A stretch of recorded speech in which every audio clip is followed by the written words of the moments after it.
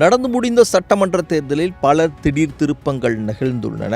அந்த வரிசையில் மிக முக்கியமாக பார்க்கப்பட்ட ஒன்று, சீமானின் வாக்கு வங்கி 36 லட்சத்திலிருந்து 20 லட்சமாக சரிந்தது எப்படி என்கிற கேள்வி மிக முக்கியமாக எழுந்துள்ளது. இதற்கு பல காரணங்கள் சொல்லப்பட்டாலும் மிக முக்கியமாக முன்வைக்கப்பட்ட குற்றச்சாட்டு, விஜயின் வருகையால் சீமானுடைய வாக்கு வங்கி மிகப்பெரிய சரிவை சந்தித்துள்ளது என மெஜாரிட்டியான பீப்புளுடைய கருத்தாக அமைந்திருக்கிறது. தற்போது வெளிவந்திருக்கிற செய்தி என்னவென்றால், சீமானின் வாக்கு வங்கிக்கு விஜய் மட்டும் காரணமல்ல, விஜயினுடைய மிக முக்கியமான ஐடி விங், அதாவது ஐடி விங் கட்டமைத்த அவதூறுகள் தான் மிக முக்கியமான காரணம் என ஒரு 16 குற்றச்சாட்டுகளை சீமான் சம்பந்தமான ஆட்கள் முன்வைத்திருக்கிறார்கள். 100க்கும் அதிகமான கணக்குகளை வைத்து இன்ஸ்டாகிராமில் அவதூறு பரப்பி பெரும்பான்மையை நிரூபிக்கக்கூடிய நிலையில் இருந்த சீமானை விழத்தள்ளியிருக்கிறார்கள் என அந்த குற்றச்சாட்டு முன்வைக்கப்பட்டிருக்கிறது.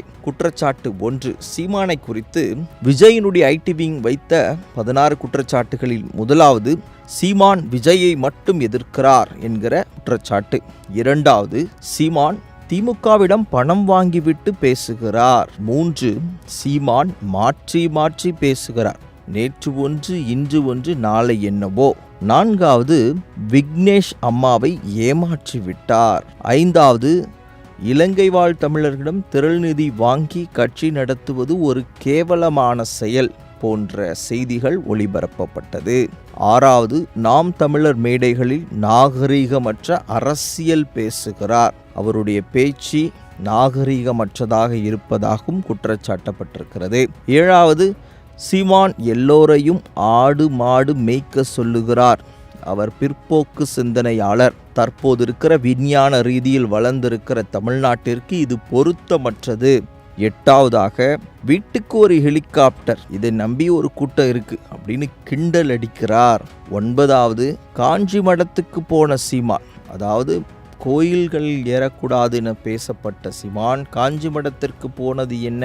10வது, ஈழம் போர் நடக்கும்போது சீமான் இங்கு நடிகையுடன் உல்லாசமாக இருந்தார் என்கிற குற்றச்சாட்டை முன்வைத்தனர். சீமான் ஒரு தமிழன் அல்ல, ஒரு மலையாளி என்பதை அழுத்தமாக பதிவு செய்தனர். 12வது, சீமான் ஒரு கிறிஸ்தவர், மக்களை ஏமாற்ற சீமான் என பெயரை மாற்றிக்கொண்டார் என்கிற குற்றச்சாட்டு. 13வது, சீமான் பிரபாகரனை சந்திக்கவில்லை, அவர் பேசுவது எல்லாம் பொய் என நிரூபித்திருக்கிறார்கள். 14வது, ஆமைக்கறி, AK-74, மாடு, செல்வம், அண்ணா, காமராசர், இதெல்லாம் முழுக்க பொய் என்றும் சொல்லியிருக்கிறார்கள். 15வது, சீமான் கட்டுக்கதைகள் என்ற தலைப்பில் எண்ணற்ற யூடியூபில் காணொளிகள் வலம் வருகின்றன, நீங்களே அதை பார்க்கலாம். 16வதாக, சீமான் வெல்லவே மாட்டார், கடைசி வரை கத்திக்கொண்டே இருப்பார் என 16 அவதூறுகளை ஐடிவி மூலமாக விஜயினுடைய ஆட்கள் கட்டமைத்தது நிமித்தம் சீமானுடைய வாக்கு வங்கி 36 லட்சத்திலிருந்து 20 லட்சமாக சரிந்து விட்டது என மிகப்பெரிய குற்றச்சாட்டை முன்வைக்கிறார்கள். எது எப்படியோ